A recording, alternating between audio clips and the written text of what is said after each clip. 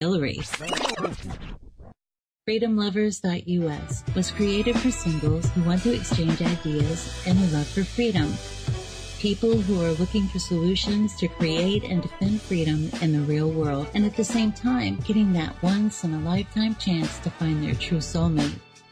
Whether you are interested in meeting your soulmate, making new friends, networking, or hanging out with that like-minded liberty lover, visit FreedomLovers.us. It's the first free dating site and community. So patriots, don't waste your time with other dating sites. FreedomLovers.us is the place where like-minded singles really click. Here we go, guys and girls. Ready for hour number 3. You're listening to Love, Guns, and Freedom with Luca Zanna. This is the hour about love. I always say, after all, we go out, we engage our daily lives in politics, in different things we do. At the end of the day, I really believe the most important quality that we should have, in my opinion, as human beings, it's love. Because love is, after all, is the fuel, the motivation that brings us out to sometimes even risk our life, even just to take time out of our life, dedicate ourselves to a cause. If there is no love, it is just worthless. And I tell you, for me, love, it's a big word. It can be a love between a man, a woman, women, motherly love, fatherly love, brotherly love. But at the end of the day, is the love to be aware when you see something bad, evil happening to another human being. And you cannot just stay there silent and just ignore it because it is not happening to you. That's lack of love, in my opinion. And, at the end, you may get away another day, you may try to ignore it, but in eternity, you will somehow remember this. I'm not trying to be a philosopher here. After all, everybody got their philosophy system and religious system. I don't care what you do or what you think, really, honestly. But if you think about it, you've been given a limited time on this planet. That's fact, beyond religion. Now, regardless what you believe, but when you know that in front of you, you've been given opportunity to do good, and you didn't do it, I don't know how you can live with that. And that's honestly one of the few reasons really why I'm on the air. And I'm not saying that I'm claiming that I'm good or I'm perfect at all. I'm a sinner. I'm a guy that I have a lot of personal things to work on. But I tell you, when I see something bad, especially to an innocent, in this case a child, or somebody who cannot defend themselves, or even to a father and mother that are completely powerless against the government, because they're stealing their children, I cannot stay shut up. I can't. And I know this is something that people say, mind your business and, behave and everything's going to be good. This is not the way it works. This is not the way it works. When somebody, in the middle of the night is being raped, you don't mind your business. You get out, you take whatever you need to do, and you scream at these bastards, and you expose them, and you point the flashlight on them. At least that. Maybe more than that. Anyway, now, last Sunday, I supposed to have, during the first hour, an incredible lady that I met her on Facebook. I had her a few times on my show. She's been a candidate for the Libertarian Party in the last senatorial race for the state of Arizona. And, as I said, I don't engage. I don't endorse anybody on my show. I have my own personal preferences, of course. I don't tell you what to vote for. I couldn't care less. I just bring you facts, and then you hopefully use your brain. But I like this lady, I'm telling you. When it comes down to philosophy, because for me it's not even about politics anymore, it's about philosophy. Let's put it this way. I agree with her at least with 90% of what she says, and that's a lot. And I don't expect to agree 100% with anybody. That would be almost boring, okay? But let's put it this way. I have a lot of respect for her, not just for her philosophical/political stances, but also when it comes down to courage, to expose, in my opinion, one of the most evil agencies that we have here, not just in Arizona, but in general, in the United States, Child Protective Services. And I hope they can listen in these bastards, because they are. I'm not saying everybody's bastard, but guess what? Let's put it this way. To look for the type of job, you must have some little bit of a mindset rigged in a certain way. Let's put it this way.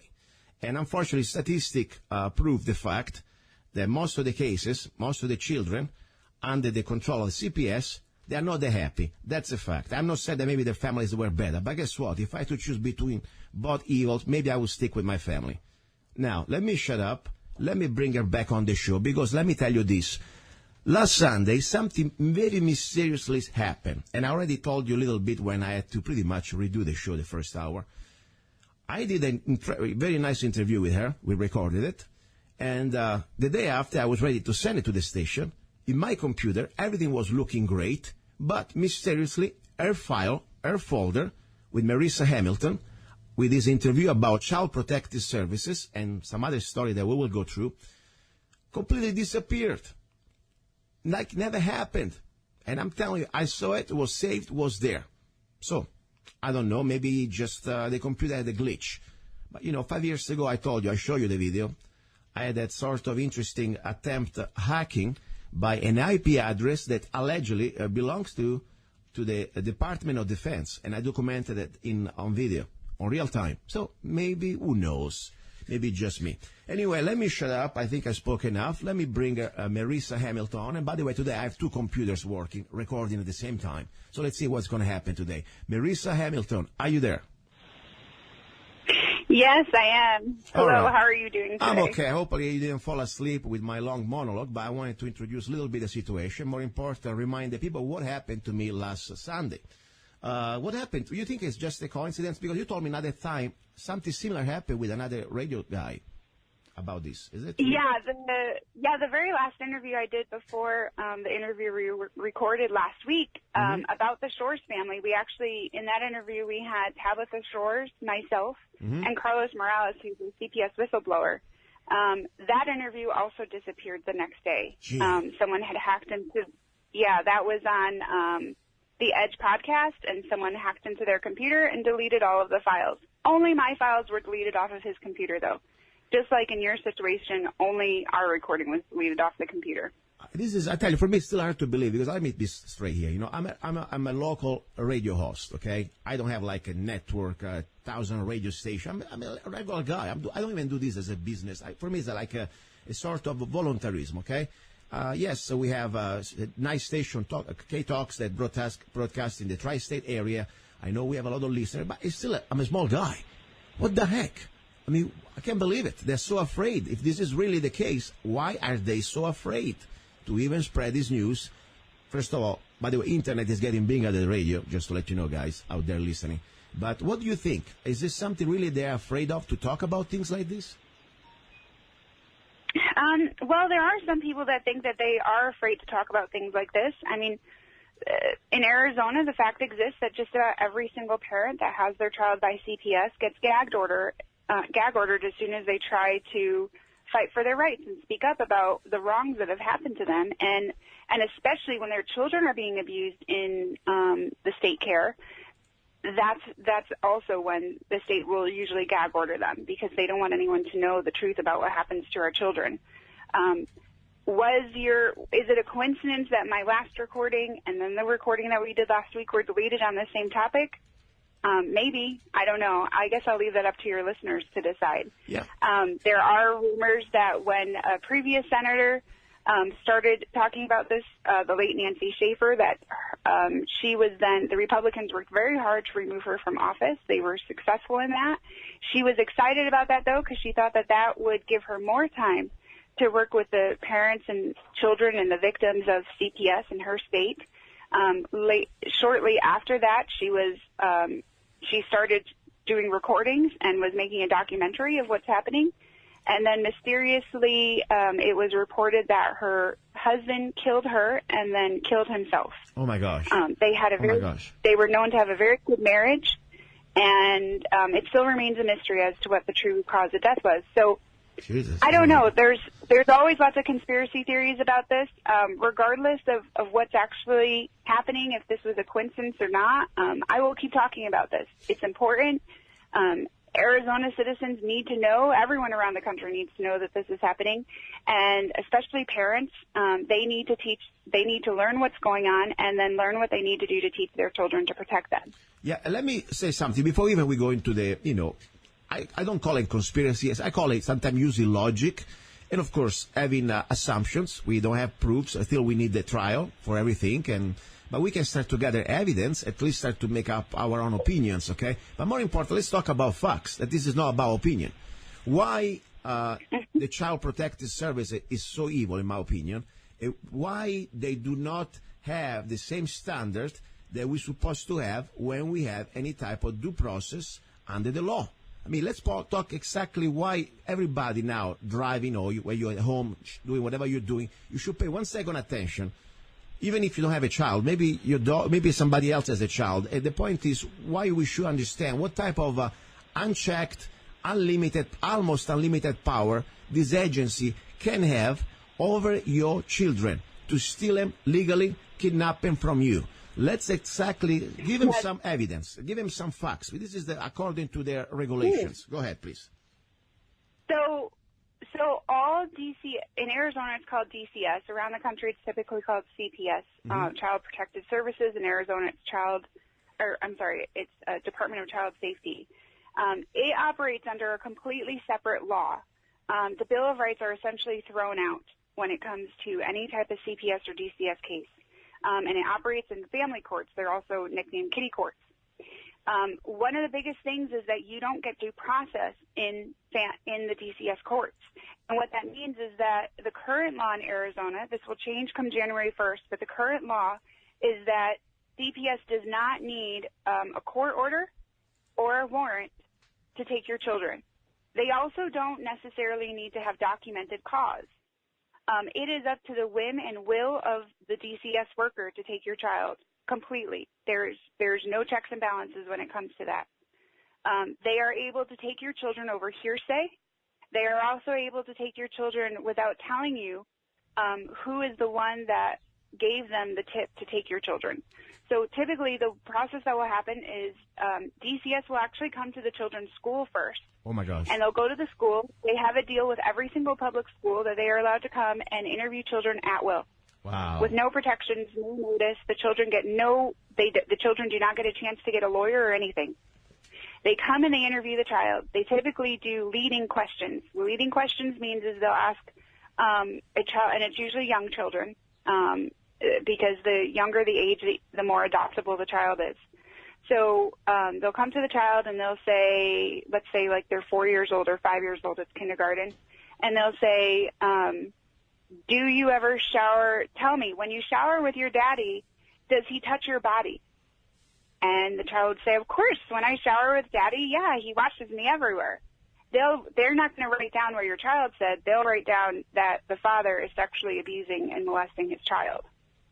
And then from there, they'll take the child. Wow. And that's the way it works. Wow, this is serious.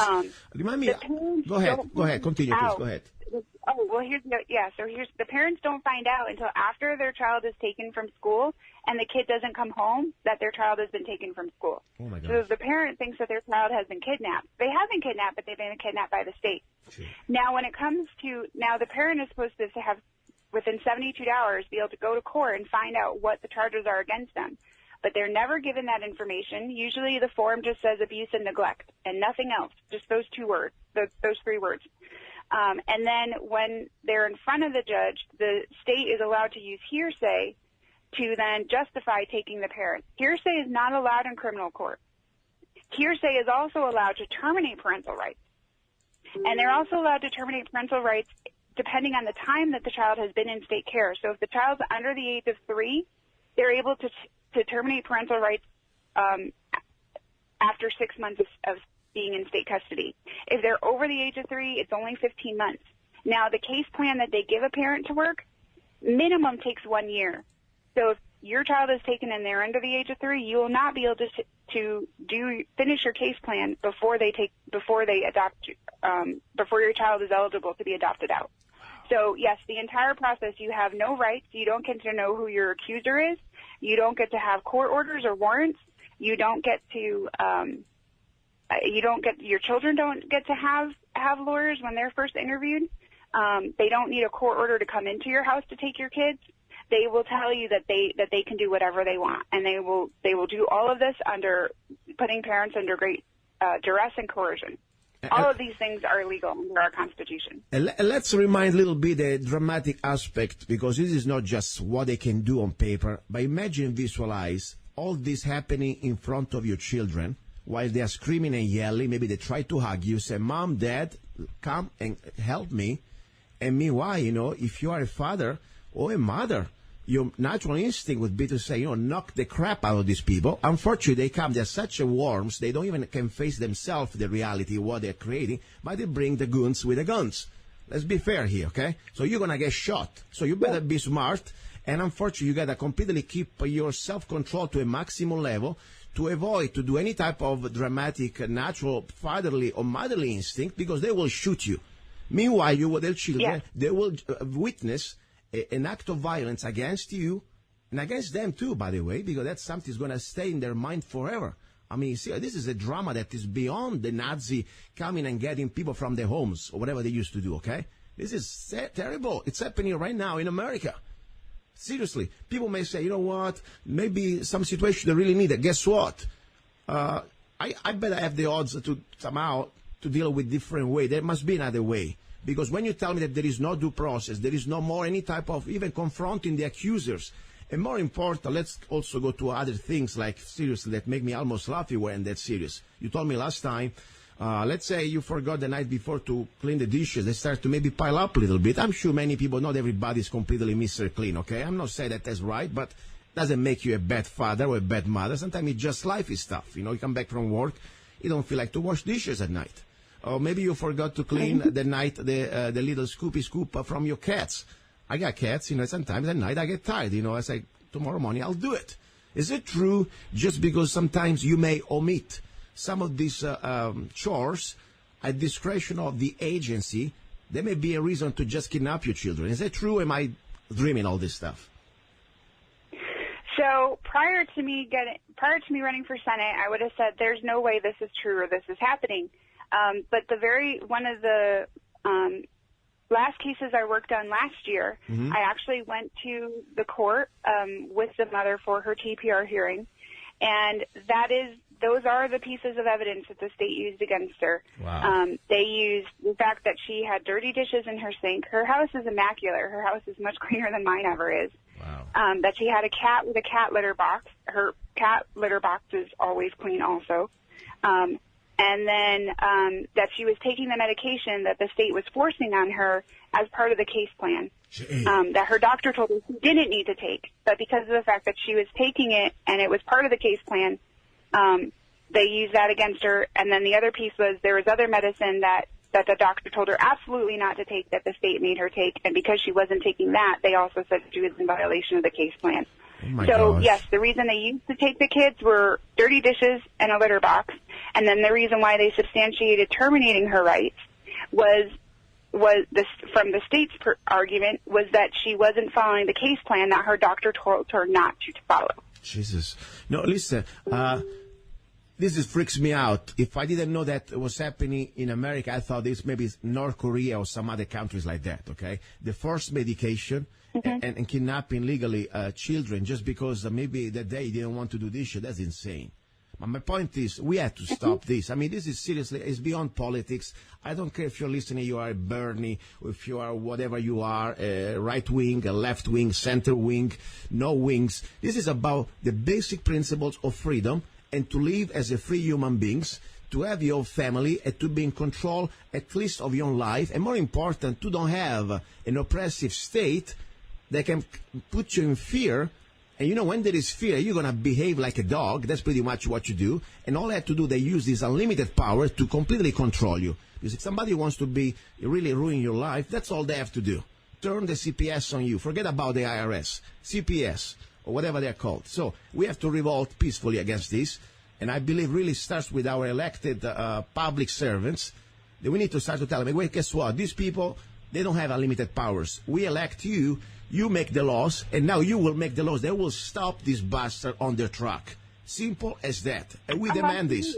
Go ahead. I'm getting mad now. Go ahead. And, yeah, the worst part of this all is what happens to the children in this scenario. If you go on YouTube, you can Google Shores, SHOARS, full video of children screaming. This is a video of children that were kidnapped that are they were Arizona citizens. They were kidnapped. The parents won their kids back. They moved to Nevada because their kids didn't feel safe in Arizona, and Arizona went to Nevada with the same paperwork that the Shores had already won their case on. It wasn't even valid paperwork, and they took the kids by gunpoint. and you can hear them screaming. It's just a 2-minute video, and you played it on air last year. Yeah. It's extremely traumatic to the children to go through this. It's extremely traumatic just to have someone show up at your school and start questioning you. And kids are suffering from PTSD just from the state taking them.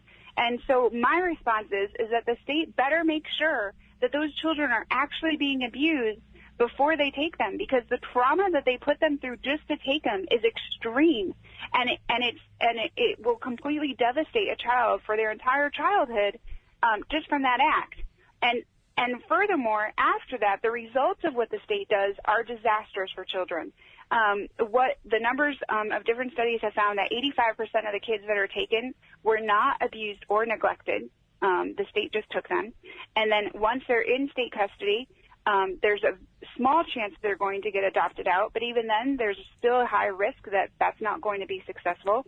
Overall, kids that are taken from their families are 6 to 7 times more likely to be sexually abused than they would have been if they stayed in the environment that they were in their home.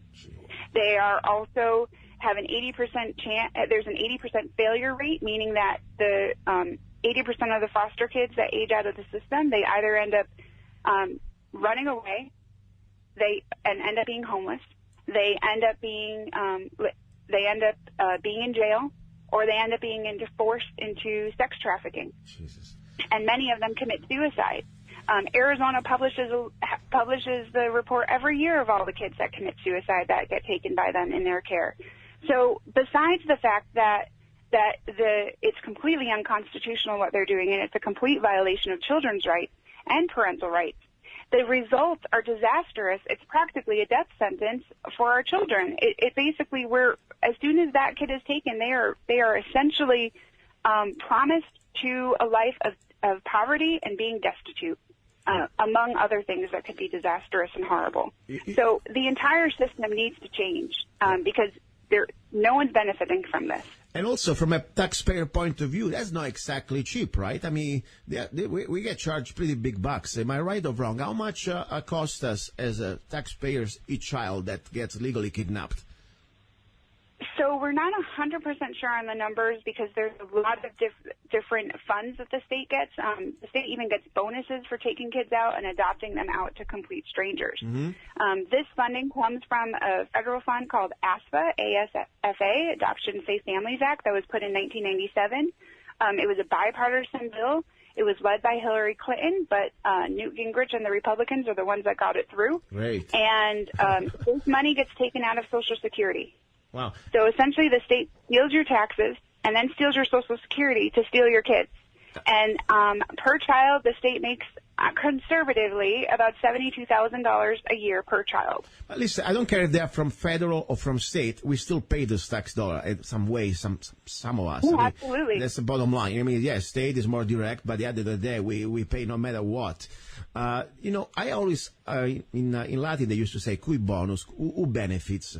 Why there the motivation to create such a market, in my opinion, to have these legally kidnapped children? I mean, also another thing I realize, not every child is the same. Seems like the profile, for what I'm seeing, there are some characteristics, let's say physical characteristics, that they seem like more applicable to the wolves out there to go out hunting for children. Am I right or wrong? Is there like a pattern?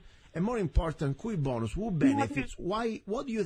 Could be a conspiracy, of course. I don't say we have all the answer, but it's your opinion. Why do you think they are so zealous to go out there and to destroy children's life and families' life? This agency, the CPS. So a big part of it is just state control. This nation, but especially Arizona, has become extremely authoritarian. So it's a big part of that. But there's also the financial incentives, because that money is taken out of Social Security and it goes into our general fund. The state can use it for whatever they want. They don't have to use it to invest into the betterment of children. And another area is the services. So everyone that's involved in these cases, let's say, so Arizona takes about between 13 and 20,000 children a year. That's a lot of services. That's a lot of jobs that are being created, so to speak. It's a horrible term, but there's a lot of jobs that are created from that.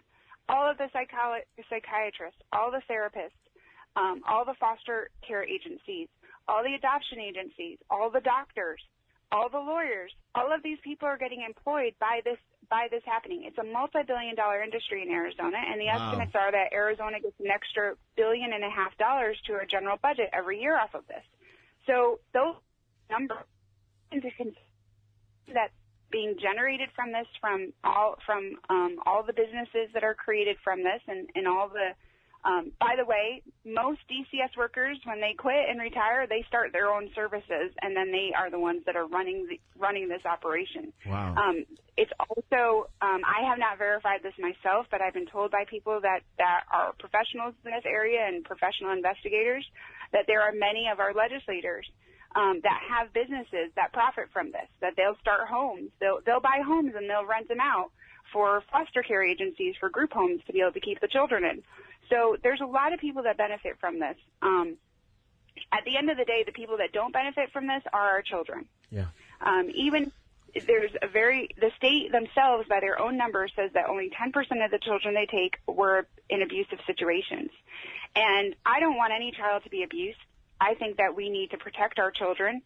But you don't protect them by sentencing them to a life that's going to be worse than what they came from. Yeah, that's not the way you do it. Exactly. Let's find solutions, at least ideas for solution. First of all, I always believe that a grandmother or any family members that is decent could be better than the state. Okay, and don't get me wrong. And sometimes, if I was, I grew up in boarding schools and military school. Okay, I didn't till I was 11. I was in a family. And I lived with my mom, and then I chose, by choice, to go out and really be in the state's hand. Believe it or not, that was my choice. Can you believe that? But at the end of the day, You've come a long way, Zanna. Yeah, I mean, I grew up in the hands of the state. In Italy, but I chose, and I was able to survive, and more important, I was able to use my brain even when I didn't have any education on the matters. They tried to brainwash me, they tried to break me down, and I'm still here. And that's probably who I am. If you don't break me, I get stronger. But I realize that many people, unfortunately, you go through the state, they will try to, beside the safe aspect, I mean, thank God nobody tried to rape me and everybody was fine on that area. But, I understand what it means living under the state. Because I grew up in a state agency.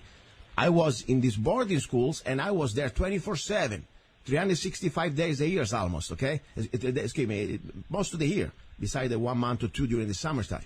So my point is, it is not just bad could be for the potential damaging factors, but also, I think also the way you shape the personality of a person. Only God knows what type of beliefs and values they're going to give you. I mean, that's pretty scary, that part too. There was one other question that you asked me as far as, is there some type of a pattern of the children they take?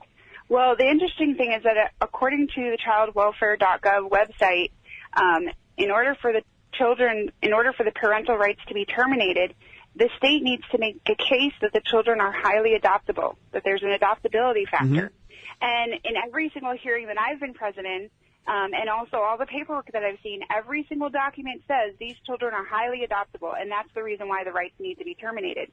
In the case of the mother that had her children taken from the litter box and the dirty dishes, the judge said that the state hadn't made a case that she was a bad mother or she had been neglecting her children, but because they were in state care for the allotted time of the 15 months, and the children were highly adoptable because they were cute, adorable, well-mannered, and intelligent, that the state needed to give them permanency, and that permanency needed to be being adopted out to strangers.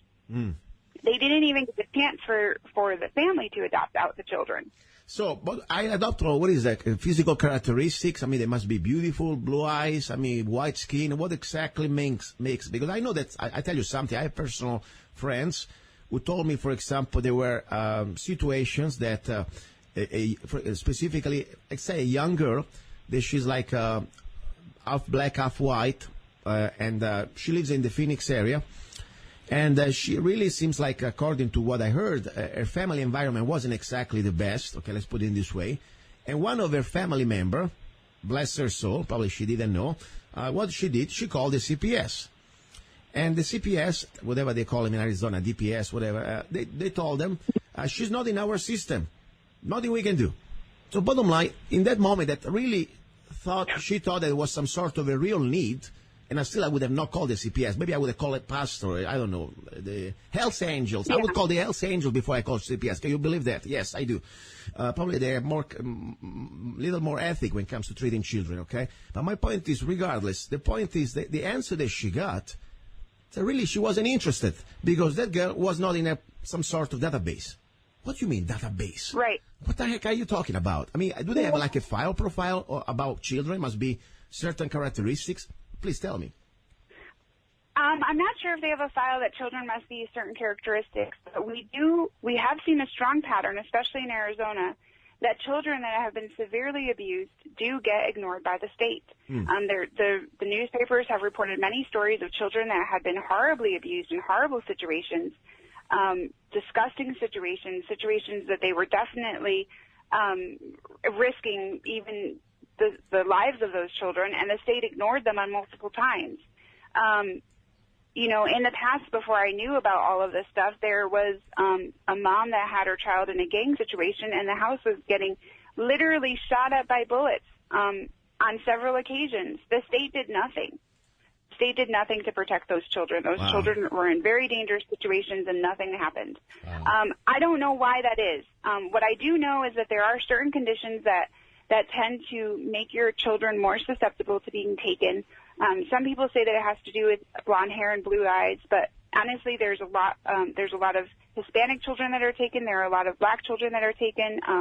For example, Arizona only has about a 5% population rate of African Americans, but 15% of the children taken are African Americans. So it's definitely disproportional there. Wow. But some other things are, if the parent's on welfare, any type of state welfare, whether it's food stamps or anything else, they have a much higher risk of their children being taken because the state knows that you're vulnerable and you're not going to be able to defend yourself with private lawyers and whatnot. I understand. Another thing is, if you homeschool your children, the state, although Arizona seems to be a little bit better about homeschooling when you use some type of structure or curriculum that's like state approved. Yeah. If you do any type of unschooling or you use your own curriculum, they don't like that. Yeah. There was a mom that I had to help that she was in a domestic violence situation, and she was unschooling her children, and CPS tried to take her kids from her.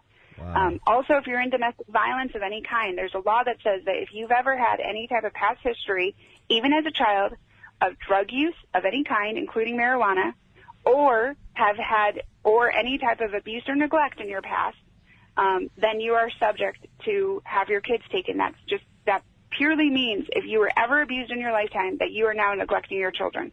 Wow. Because they say that, well, if you were abused in the past, you could be abused in the future. So don't worry. The state will abuse you. The state will going to do that. I mean, this is really, think about it. Everybody could be under this criteria. I mean, seriously. I mean, who is perfect out there? Okay? Who is perfect out there? I mean, talking about you smoke marijuana, you didn't kill anybody. They can do tomorrow the same. By the way, you're drinking wine at night. Yes, you don't fit anymore that profile. You cannot be a father just because you enjoy yourself a glass of wine. Like some people can enjoy themselves a leaf of something. Seriously, wow, my God. Yes, it's very disturbing, and we've seen a trend that as the marijuana card became legal in Arizona, that all of a sudden people with marijuana cards were having CPS show up at their doors, and CPS was saying that someone made an anonymous call. But, of course, you can't know who the anonymous call was, and it very well could just be that they're matching it up to a database of people that have medical marijuana cards. I don't know. That's hearsay. We don't know for sure. Merissa, let's find out some solutions because, I try to, first of all, I don't want to freak people out. I'm just sharing the facts, okay? Everybody I invite, don't trust me, don't trust Merissa. Go out, talk to other families who went through this pain. More important, read the laws, read their regulations, see the facts with your own eyes. Then at the end, after you freak out, and I hope you do, because that's the only natural human reaction when you see such some sort of unlimited, unchecked, abusive power by an agency, you should freak out as a free human being and say, wait a second, this is not freedom. This is not living under a republic. This is living under the fear of the state. Anytime they don't like something about you, they can ruin your life, starting with your own children, your family. So we got to stop this. I want to find solutions. Number one,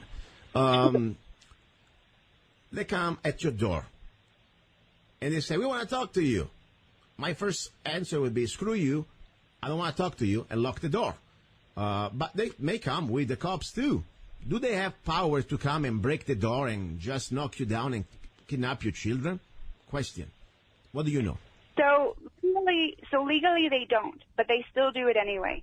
So I went to an ACLU training, and what they recommend is that you don't open the door to them.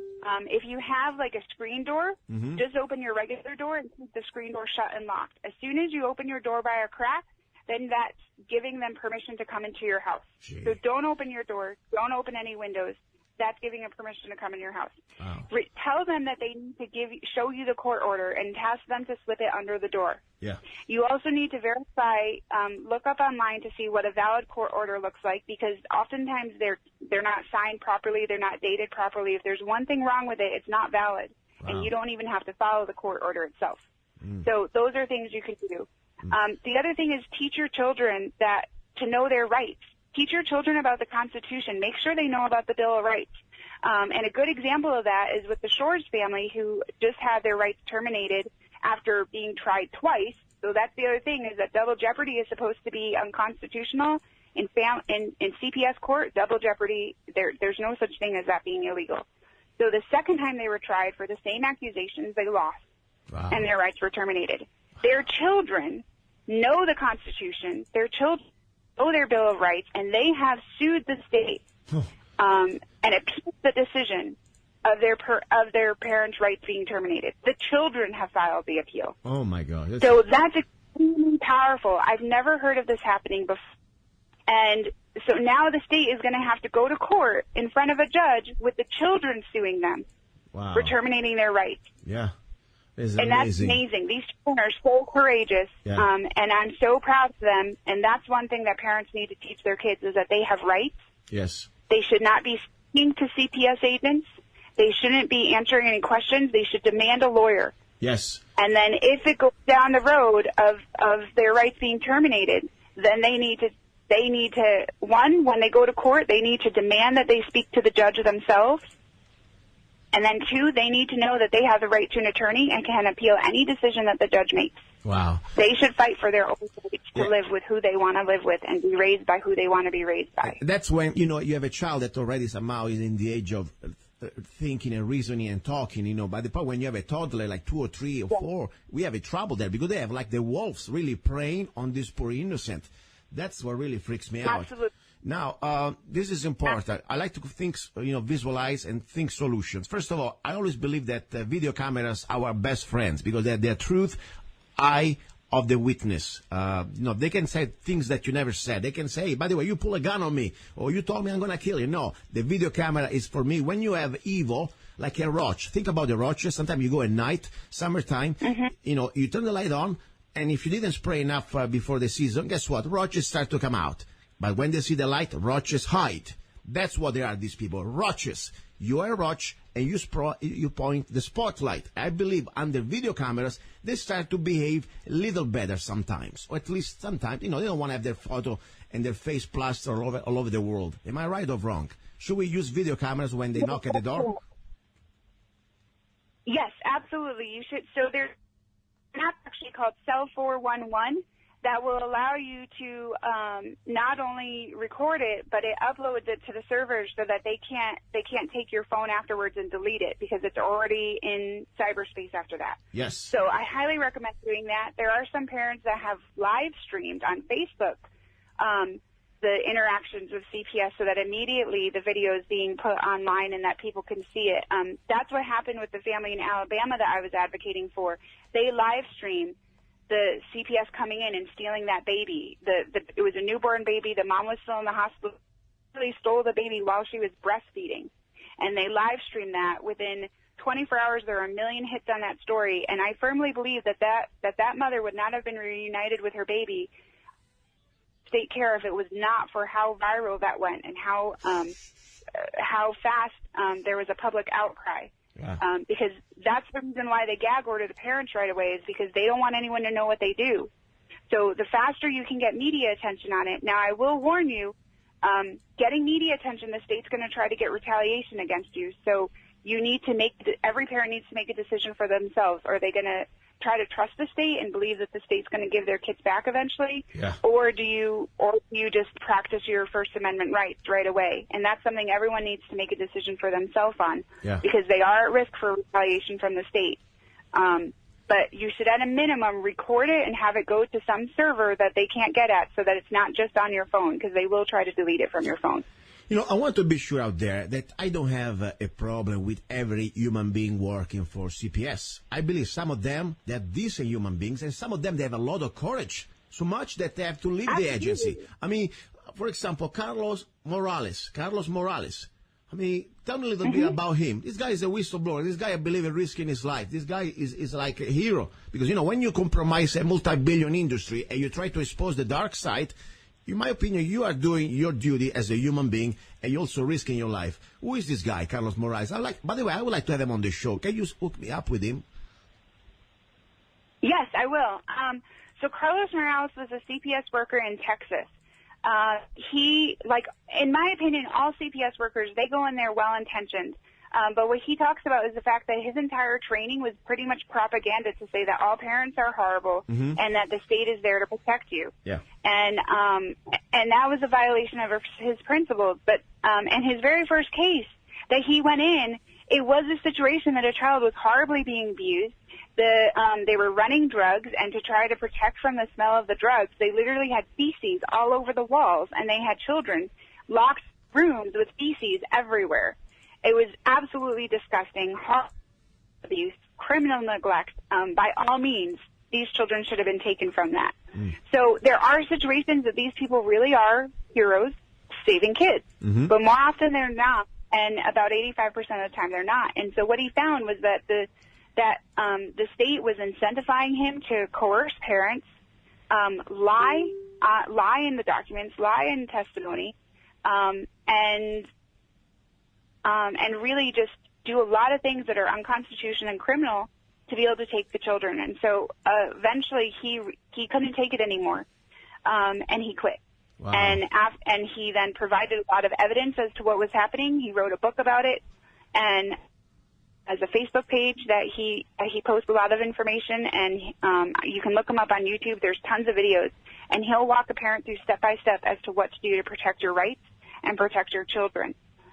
Very powerful speaker. He's done a lot of work, and he does it, in his opinion, as a penance to society for the horrible things that he did to parents while he was employed by CPS in Texas. Wow, that's amazing. I mean, as I said, you know, I'm not here to completely put everything on the chopping block. No, I say here, we have a problem, and sometimes many people they're thinking they're doing the right thing till they don't wake up.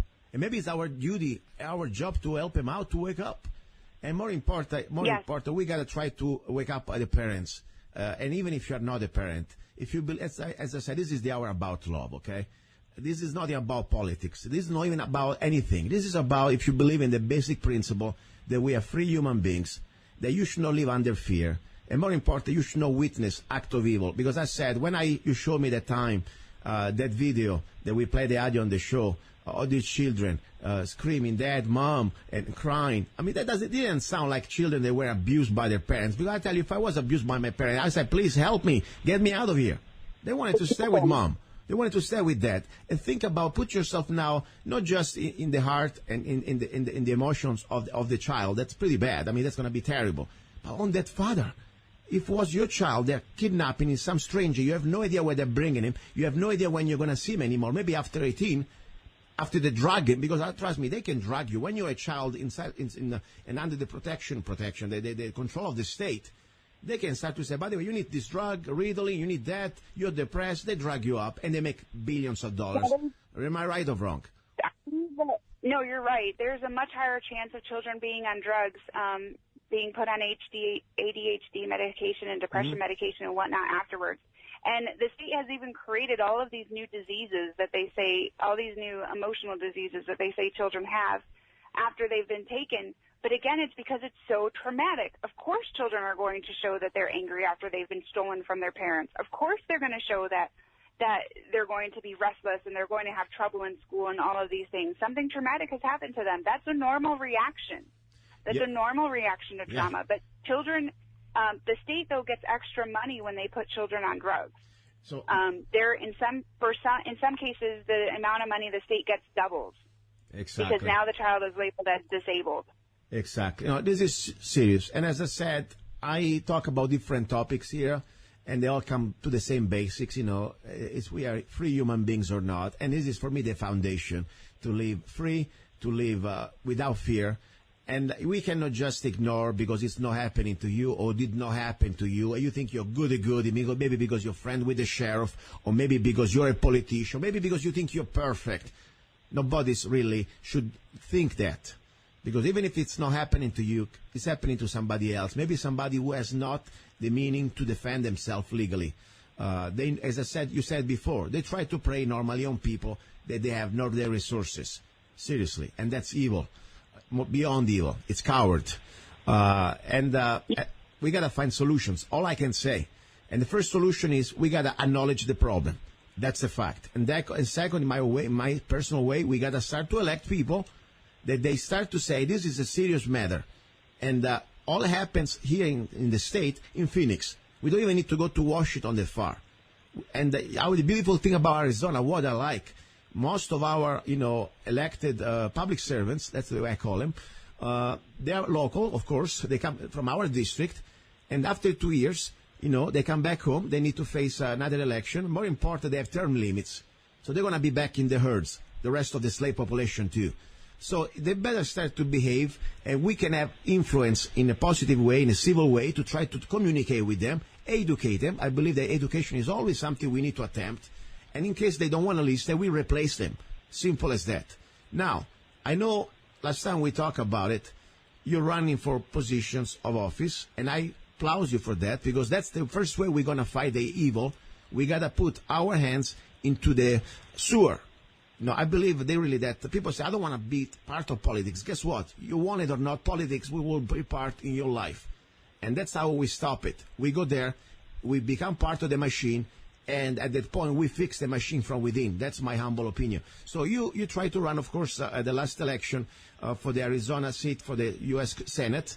And by the way, I can say this after the election. Normally, I don't advertise it before because I don't endorse people, but you got my vote there. I couldn't vote for any of those clowns at the time. So regardless you won or not, I was proud to vote for you.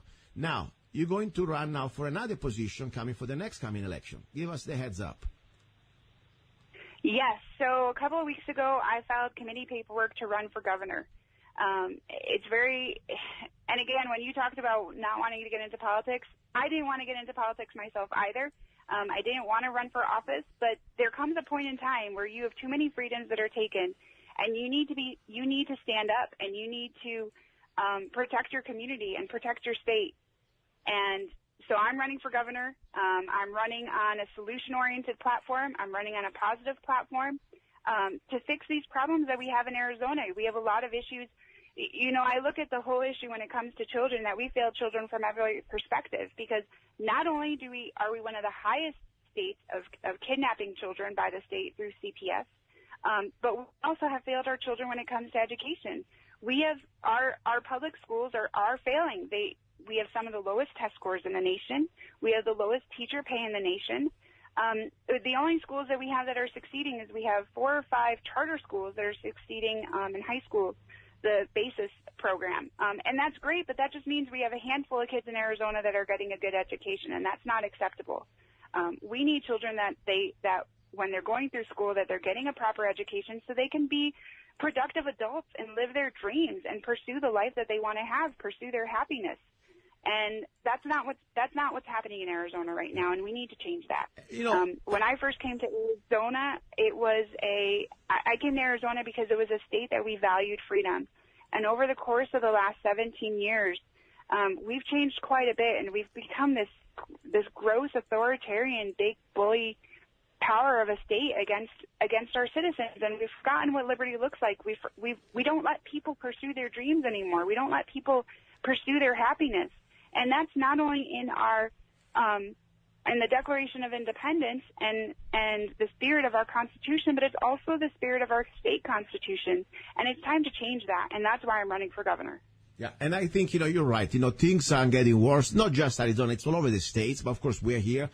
And don't get me wrong, I think that there are still some great qualities in Arizona, things that I could never do in any other part of the world. But as I see, as you said, things are getting worse if we don't stop it, because I don't want to just leave, hey, it's still better than the other crap out there. No. Yeah, of course, it's better than California. Yes, it's better than Italy. But guess what? Doesn't mean that it's perfect. And maybe we're never going to have perfection. Don't get me wrong. We're still living on planet Earth. But at the same time, I see the trend, as you're right. Few things I hope that we could improve in this state. And I give you my personal opinion. Then, of course, you can tell me what you think as a potential candidate, as a governor for Arizona. Number one, the private prison system. It's like the definition of fascism. Benito Mussolini, when he was interviewed, they asked him, how do you define fascism? It's a corporatism, the union between corporations and the state. I'm all for, private businesses, real free market, real profit, but not when you have this sort of fascistic symbiosis between the state and the corporation, because I would like to remind to all the people in Phoenix who support, legislators who support this sort of a system. The private prison system means that at the end of the day, they need more customers. They need 99% or 90% occupancy to fill their hotel, overpriced hotel. And that creates a system that is corrupted at the end, and at least there is a conflict of interest when it comes down to legislation. So they need to make more laws to keep people in jail or probation for a lifetime. So that's how they pay bills. So so what do you think? Do you support the private system, private prison system or not? No, I don't. I don't support quotas for prison. That's absolutely unconstitutional, and I just think it's plain evil. But in general, as governor, I'm going to seek to eliminate all victimless crimes. If there's not an actual victim, there should not be a crime. And anyone that's in jail for victimless crimes, for only victimless crimes, they should be released immediately, and their records should be completely expunged. There's something I'm not sure if you know about, but there was a bill that was put in that was submitted a few days back called Back the Blue Act of 2017. That was put in by John Cornyn in the Senate and at the federal level. And this basically would give all police complete immunity against any of the crimes that they commit. And not only that, but when a citizen's trying to stand up, our Attorney General's office would basically then be able to override any of the police action. So it basically takes all the power away from our state government and our local government and gives it to the federal government. I see what immunity has done when it comes to the CPS issue, because those CPS workers have complete immunity for taking children without cause and warrants. And to do this to our police departments when we already have a huge police brutality issue in this nation, where we have police officers that they can just say they thought someone had a gun and it's okay to kill someone, and then to put a law that backs it on top of that, we already have a police state. That creates complete tyranny. Yeah. That creates complete fascism, like you stated. Yeah. It's very scary what's happening, and I don't think that we should take these things for granted and say, well, that bill's never going to get passed. Yeah. Why the heck is it okay for that bill to even be submitted? Yeah.